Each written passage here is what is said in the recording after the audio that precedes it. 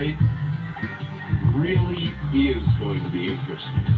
Now, it took me a long time and the help of friends like Michael Lindemann to find an appropriate guest on cloning.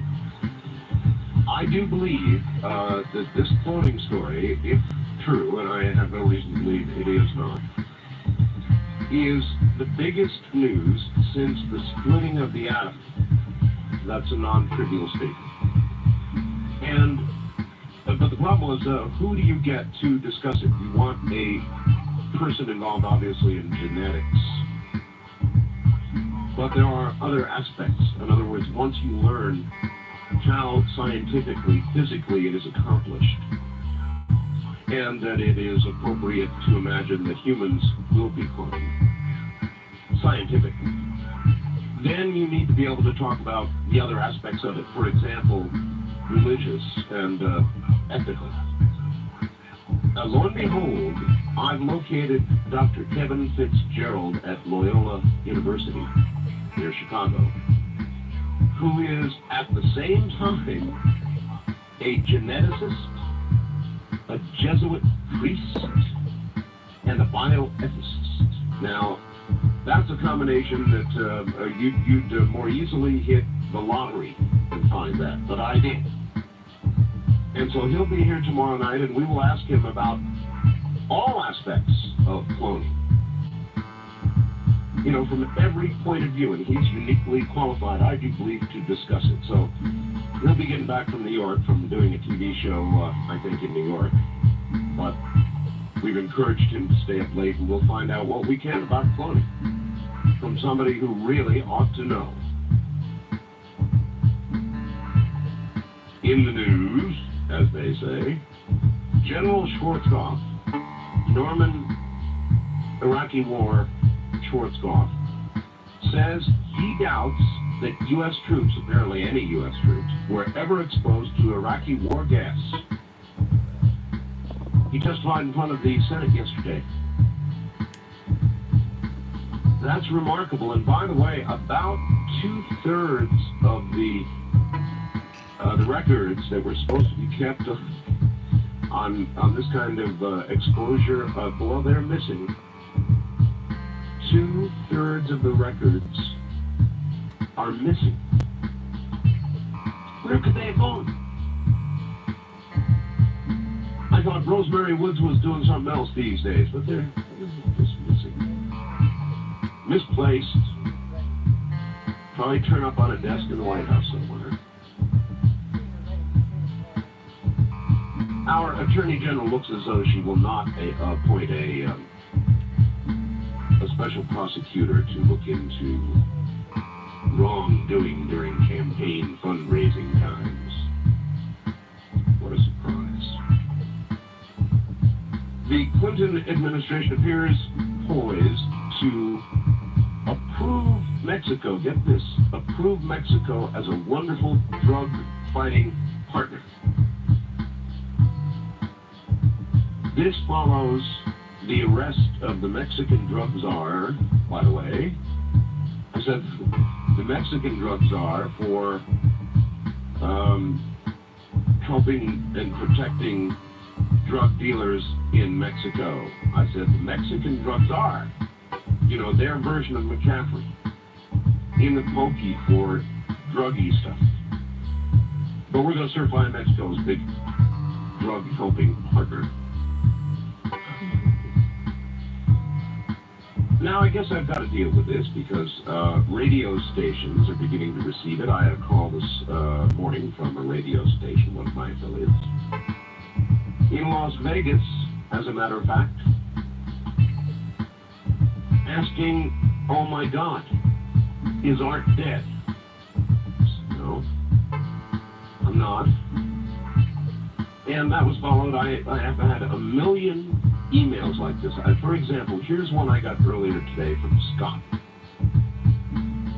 Subject in the subject line for the email, deceased, question mark. Hi Art, rumor has it that you are dead. Is this true? If I don't hear from you, I'll have to assume it is a tragic loss. If you're not dead, thanks for your reply. I didn't answer. So, I'm not dead, damn it.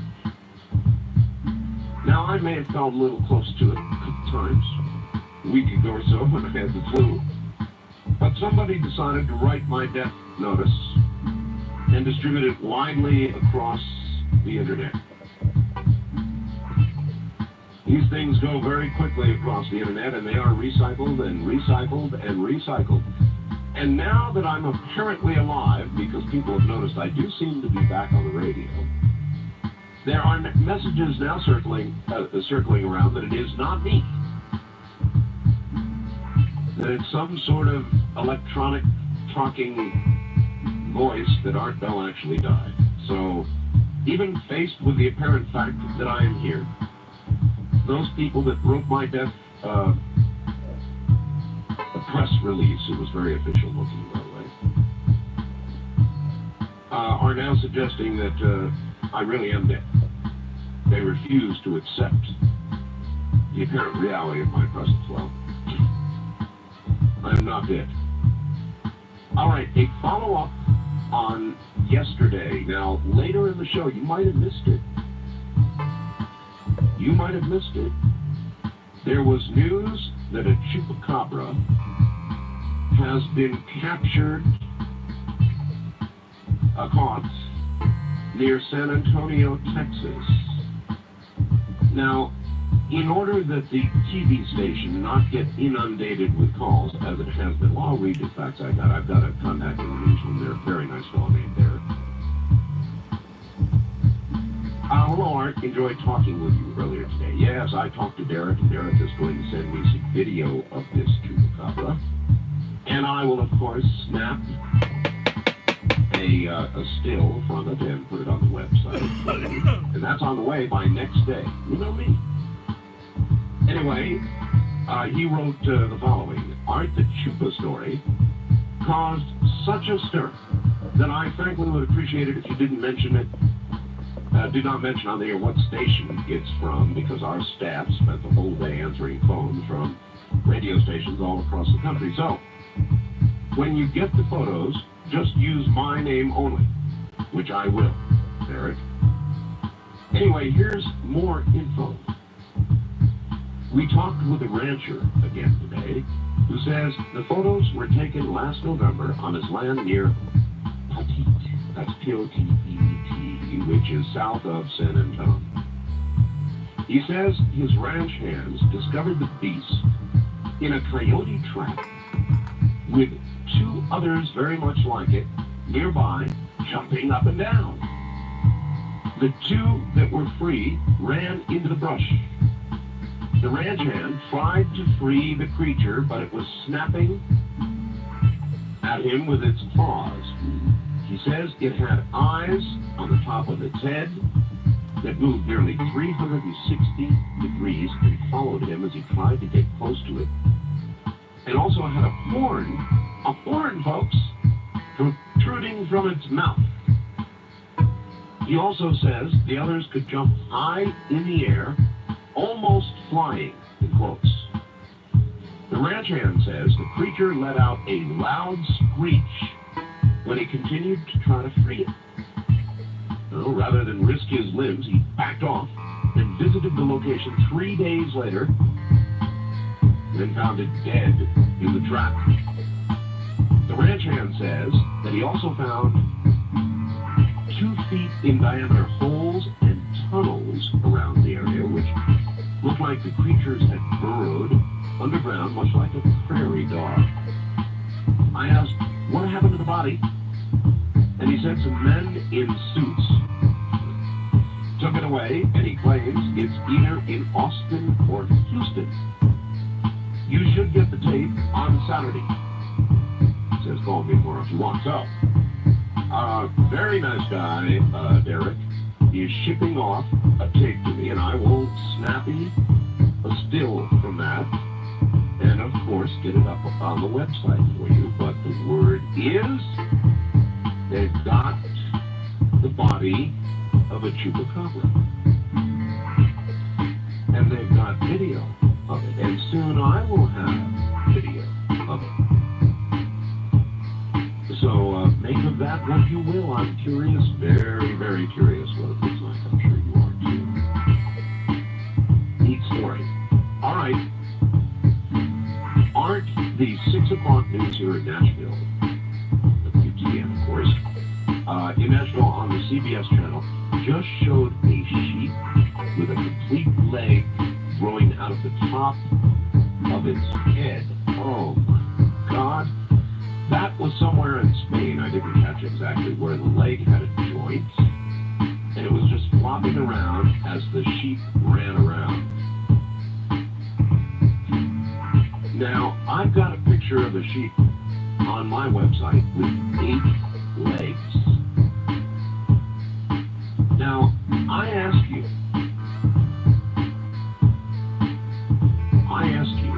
this was in Spain, okay? Is it not possible that the scientists that were doing the cloning experiments before they got this sheep that they've been showing the world, perhaps had a few experiments that did not work out, quite the way they wanted them to? Could that be my 8-legged sheep? Bad as that was, the photograph of the 8 legs, yeah. The prospect of a sheep with a leg growing out of the middle of its head is really gross. Weather news. Aloha Art, a few days ago, you heard from a guy on the Big Island of Hawaii talking about 100-mile-an-hour winds, actually 80, hitting Hilo and ripping off roofs. Well, guess what? It's all true. Here is the newspaper article from Hilo, Associated Press. Hawaii County Civil Defense Administrator Harry King says he wouldn't be surprised if damage from Monday's windstorm tops $1 million. Wind gusts at times exceeded 100 miles per hour, according to forecasters. So, 100-mile-an-hour winds. Now, short of a hurricane, I said this the other night, I'm saying it again, short of a hurricane, what the hell would do this? Continuing with weather news. Today in the southernmost town on the island, southernmost in the U.S., that's N-A-A-L-E-H-U, Hawaii, I will not pronounce that. They had a pounding hailstorm. Read it again, hailstorm. I'm not sure what's going on in Hawaii, but nothing good weather-wise. And then also, news today on the Weather Channel that the jet stream apparently is coming down to, quoting them, very low levels. The winds throughout Ohio, Pennsylvania, and part of Michigan have been absolutely incredible. That's Mike in Michigan. Says maybe Ed Dames was right. Now I'm going to read you the follow. Oh, by the way, in the Yakima newspaper, there was an article on Mel's Hole entitled "The Whole Truth?" Printed in the Yakima Herald Republic. They interviewed me for that. If you want to read it, we naturally have a link on our website right now. So the Mel's Hole story. Or would that be the story of the hole that Mel said he had? All of that in the Yakima Herald Republic, and you'll see it on my website right now. So from all over the world, you can jump up there and read that article. It is www.artbell.com. I received the following today. Art, a quick note to confirm the existence of Mel Waters Hole. A while back, my father-in-law told me a story about when he used to ride motorcycles years ago in the sagebrush around Ellensburg. We were discussing off-road racing and how when they suddenly came upon unexpected obstacles at high speed, told me about riding along having to jump quickly over a hole that appeared in front of him, 8 to 10 feet wide, so deep he could not see the bottom. The bottom couldn't be gone by throwing rocks and listening for them to hit. Our local newspaper reported the military had taken over and barricaded the hole. That's Lance in Yakima. So, there you've got it. Or maybe it's my own story feeding back to me, but this sounds like it's older, so maybe there was a Mel's hole. I just don't know. But the news certainly is weird. There's again another fact about a sheep with a light coming out of its head. That's horrible, isn't it? Absolutely horrible. And I wonder if that's just not a bit of the first few sheep they experimented upon that they didn't show us. All right, radios. One of my favorites. I love radio. It is so close to my heart that a lot of times when I get off the air after 5 hours here, I go on the air, I'm the cam operator, and I go on the air there. Never say die, I guess, huh? I'm really stuck on radio. And one of the coolest radios, now I bet I had 5 calls last night.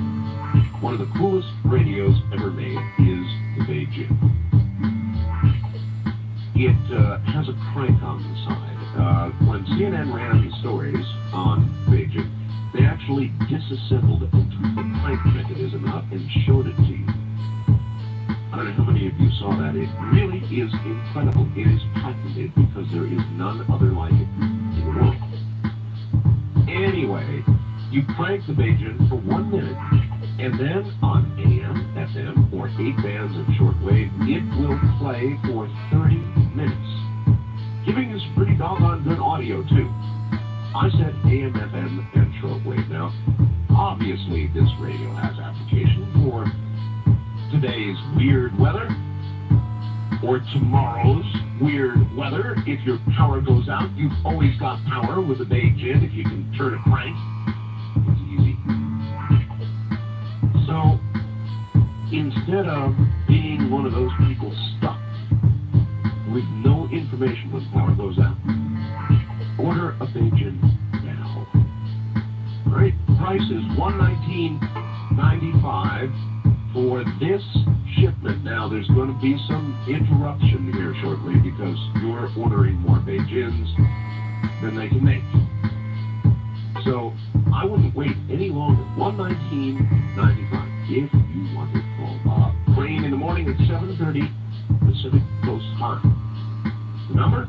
1-800-522-8863. That's 1-800-522-8863. The Sea Crane Company. Listen, do you remember a time when you could buy a new car for $2,000? A new 3-bedroom home for $10,000 or less, or maybe a 10-cent cup of coffee?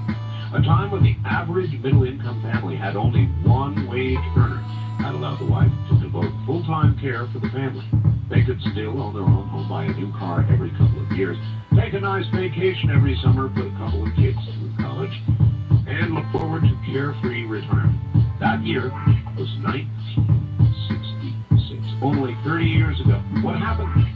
Well, to have the same standard of living today, you'd have to net after taxes about 10 times the income of that year. Very few of us have been able to keep pace. What's happened to our beloved American dollar, the American dream? For the answers to these questions and more, I want you to call my friends at North American Trading and ask for their free newsletter on the decline of the dollar. That number is 1-800-877-9799. It's completely free. The number, 1-800-877-9799. Is there a special woman in your life? If so, then she could sure use bit of extra help around the house, I'm sure Absolutely Fresh Clones is the answer. See your woman's eyes light up when she receives the Magunga shipment of fresh clones in a large triangular crate. More clones than she's ever seen. At Absolutely Fresh Clones, all they grow are clones as far as the eye can see. They are a clone farm in Southern California, and when you call, they go out and harvest fresh clones. They place a huge selection of the best clones in a large triangular crate, which is then FedExed to you at the very next opportunity. All this for $399.95, which includes shipping and handling. Absolutely Fresh Clones guarantees their clones will be the freshest and largest shipment of clones that you can get. Their clones, the best workers money can buy. If their clones don't perform to your expectations, return them for a full refund, no questions asked. So, what are you waiting for? Get your special someone out there, out of the house, away from work, and give her clones. Smart guys know that when she has free time, they benefit. Call 24 hours a day. 1-800-2-CLONE. That's 1-800-2-CLONE.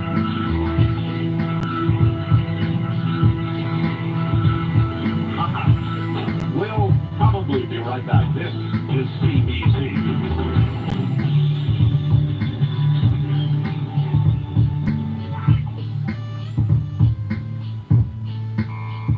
TRN and CBC, Talk Radio Network and Chancellor Broadcasting Company, home of Coast to Coast AM with Art Bell.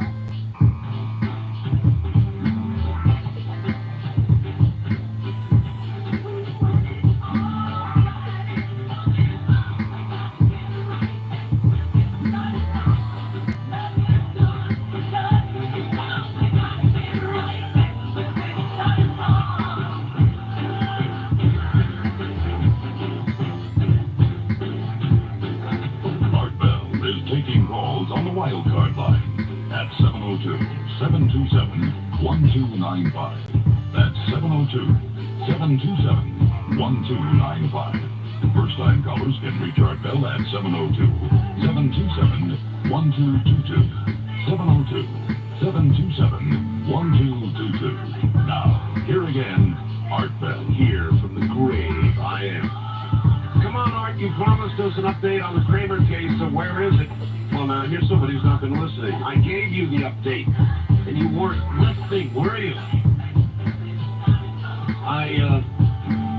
I've got a show coming up March 6th that will clear it all up if you listen. Ed Dames sent a fax, this gets pretty serious, saying that Taylor Kramer is dead, and I've already informed Kathy of that. The specifics are going to be given to Kathy here on the program. So Ed Dames and Kathy Kramer together March 6th. And I'm looking forward to that. And then there's some more stuff that may occur that night that I find interesting. You know, that they keep Ed on, twist his arm and make him stay.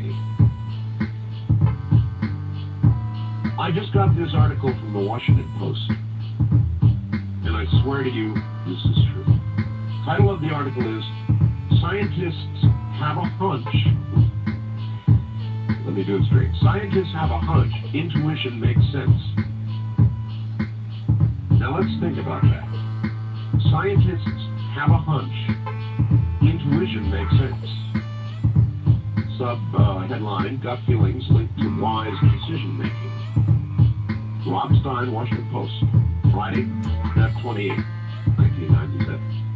Neuroscientists yesterday recorded compelling new evidence that intuition plays a crucial role in helping people make sensible decisions and clues to how gut feelings work in our brain. An unusual experiment that compares normal people to those with a very specific type of brain damage as they gambled with cards, identified apparently a part of the brain that appears necessary for intuition to work. Now, what does that mean? Does that mean that those people who don't have intuition are brain damaged? Anyway, it's a long article, and you can read it at the Washington Post website, or, get a copy of the Washington Post. Anyway, that's it. Scientists have a hunch. Intuition makes sense. I love that headline. West of the Rockies, you're on the air. Good morning. Hello there. No, I didn't push the right button. I'm sorry. East of the Rockies, you're on the air. Good morning. Lexington, Kentucky. Hi, Brenda. Hi. I was watching the Excellent Beverage and Pipe on Wednesday night on NBC. Yeah. And they were talking about volcanoes and mammoth layers. Yes. And I'm on the audio. Been a couple of 3.5-point earthquakes in the Mammoth area. Yes, there's about 4.5 on Monday. I wonder if you heard anything on that. Yeah, absolutely. It just keeps cooking along. One of these days, kaboom. Yeah, it's over yet. And we're going to have a volcano. Yeah. They're saying that it's like showing signs of awakening and stuff. And so, I was like, ooh, I just want to be on that. But I enjoy your show. Long-time listener, first-time caller. And so that's great. I thank you for the call. Wouldn't it be something to live in an area where gases were coming up out of the earth near you, and the earth was constantly shaking? That's very nice. And one of these days, there's going to be, they know it, everybody knows it, there's going to be the birth of a volcano there. But it'd be real surprise. Wildcard line, you're on the air. Hello. How you doing, Art? I'm okay. Hey, that guy that was on Bell? Yes. That was great. Yeah, it was one of the greatest. Look, it depends on how you feel about it. It was either real or it was a hoax. Oh, that's true. I don't know. Well, you never really know, but, I mean, even if it was true, it would be kind of neat to go up there and kind of spy the military with some, like, night vision goggles and kind of, do our own thing. Well, look, if you're into kicks like that, you know where Area 51 is? Yeah, I know. Well, you can really get your kicks up there, and it's not Route 66 either. I know. It's pretty interesting. We don't have to go that far. No, but by all means, I mean, take your night vision up there. Let me know how you do. When you get out, give me a call. Sure. Let me know how the food was. I understand the county jail. Anyway. But also, if it was possible, he's already sold out, right? Well, sold out is a pretty harsh phrase. There are some who have used that phrase after his facts of yesterday. He has leased away his rights. Let's put it that way. But I was going to say, if it did turn out to be true, another thing an idea I came up with was to maybe build some tunnels and, intersect the hole, so to speak. Kind of like It's going to get you into the same place as your night vision stuff. in trouble, right? You got it. You have a good one. Keep up the good work. Yeah, thank you. Take care. Sure. You know where you're going if you do that. You don't mess around with the air hole. East of the Rockies, you're on the air. Good morning. Hi, my name is Sandy, and I'm from Minnesota.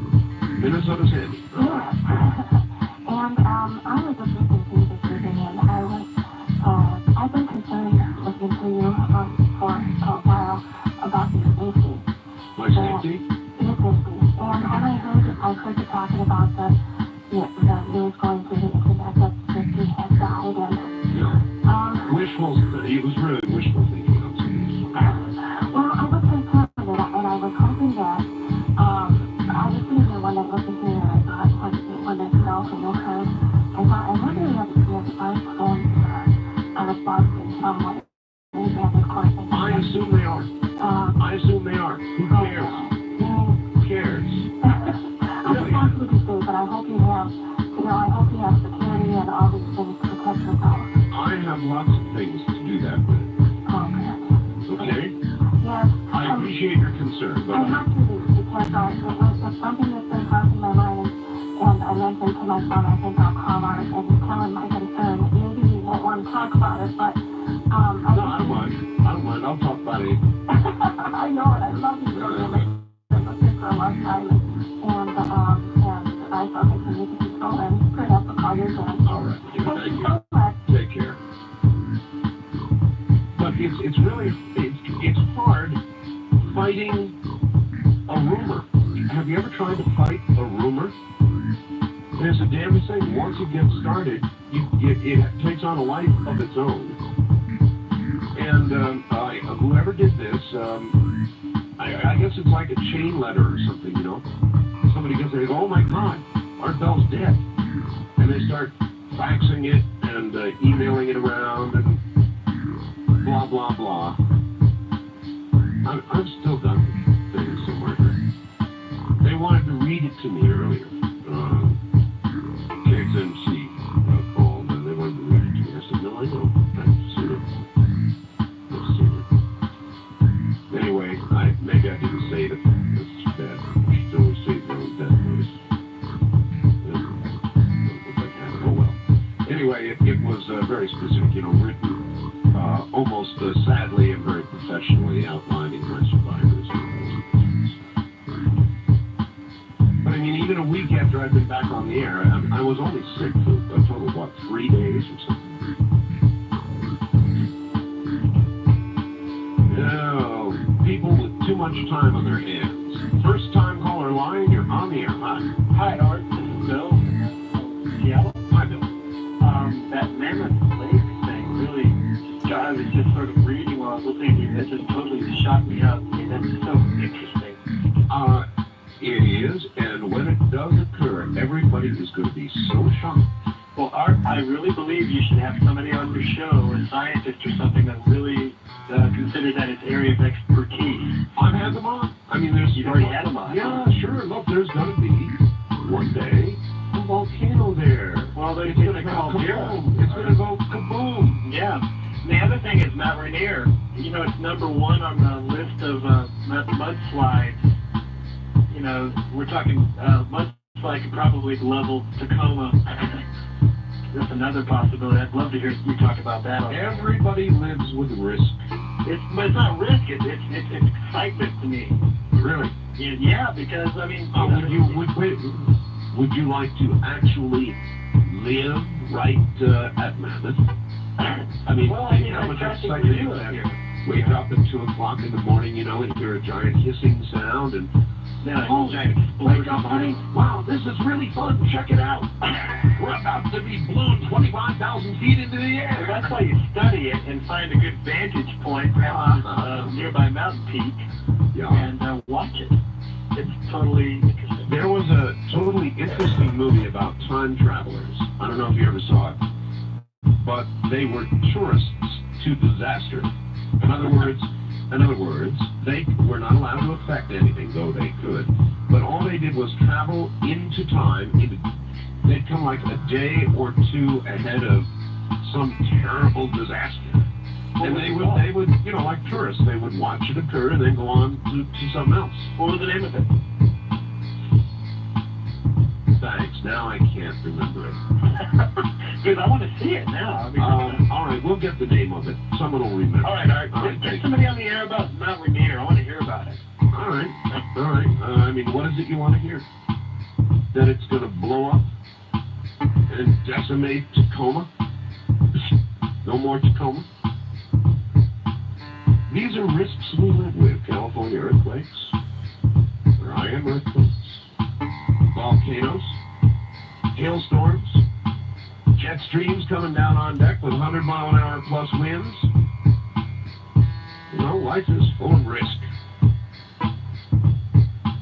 So what does your intuition tell you? You're going to die in bed, or you're going to get blown 20,000 feet into the air by a volcano? Birthing. East of the Rockies, you're on the air. Good morning. Hey, Art, this is James in Lafayette, Indiana. How you doing? Hey, pretty good. I love your show. I want to ask you a question. Are you going to have Chuck Roberts on anymore? I read his book, Medusa Files. I don't think I've ever had him on. Yeah, Chuck Roberts. When did I have Chuck on? Craig Roberts, I'm sorry. Ah, different story. Yeah, Craig would be fun to have back. Yeah, because I read his book, The Medusa Farms, was out. Right. That's an excellent book. Well, he's a good guest, so sure, Yeah, I'd like to have him on again and talk to him. Okay. Love your show. Thank you. Thank you. Bye. Wildcard line, you're on the air. Good morning. Hey, how you doing? I'm all right. Radio down there. Everybody turn your radio down. That's right.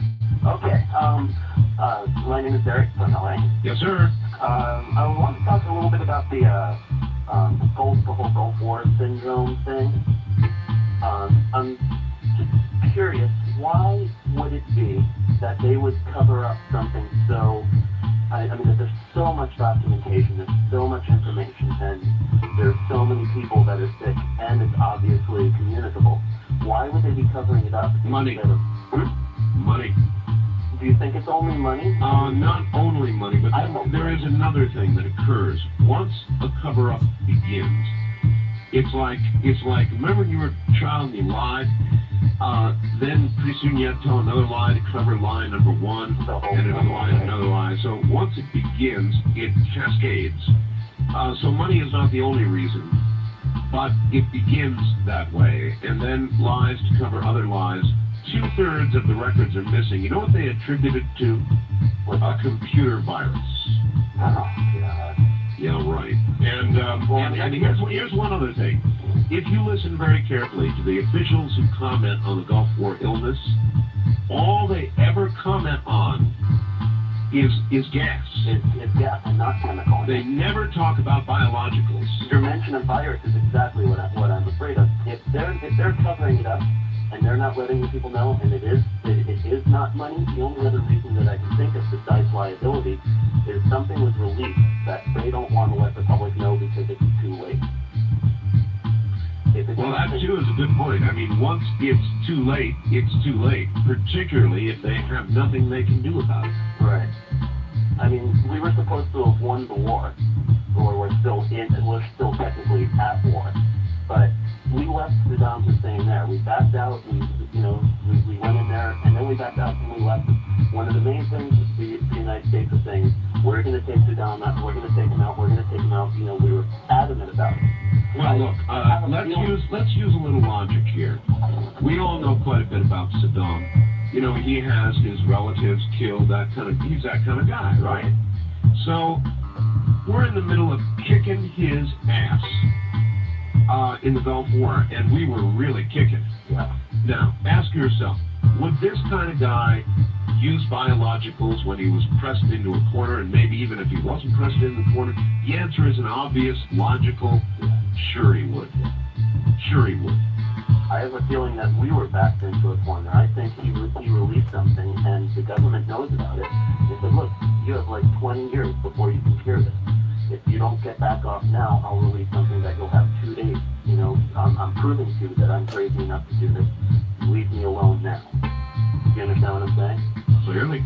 Yeah. Well, Any of that is possible, or he just may have simply released what he had. I mean, right. I think he would have. I've thought it through. We know what kind of guy he is. He was getting beaten severely and pushed right into the corner. So under those circumstances, or even lesser, would he have released it? Again, I say absolutely yes. Right. You said you were going to have, and I forget what her name is. Joyce Riley. Right. When is she going to be on again? I don't know. She called a couple of days ago, and I'm going to schedule her back. My guess now would be probably next week. Wow, that's great. Okay. I'm looking forward to it. Thanks a lot. You bet. Take care. So there you are. West of the Rockies, you're on the air. Hello.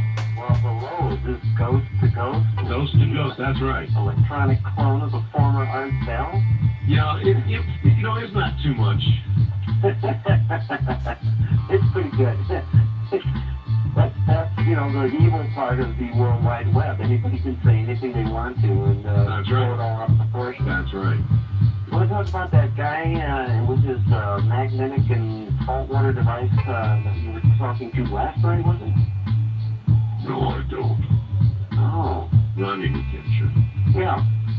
It seemed to remind me of something that was Well, it's been pretty much made obsolete by integrated circuits. But back in the 70s, when they first started studying electronics, they had something called a magnetic amplifier.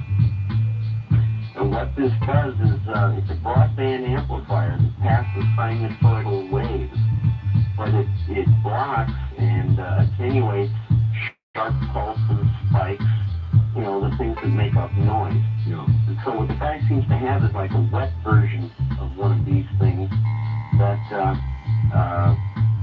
gee, how to describe it? Well, look, for one thing, a lot of the audience will not have heard what you're talking about. This is a man who called last night who said he's developed this incredible artificial ground / noise filter. It's a 2-gallon bucket full of salt water, which would be a natural artificial ground to some degree. And then he's put 2 large permanent magnets, opposite polarity, at the bottom of the thing, and drops a ground wire in. And it cuts down interference, cuts down radio frequency, spurious emissions, that sort of thing. And I think that the guy is on to something. And it took a little while to get out last night, but it was absolutely fascinating. So we'll talk some more about it, sir. Yeah, but you know, the ocean, with the magnetic lines of force of the Earth running through it, has really the same effect, and it only passes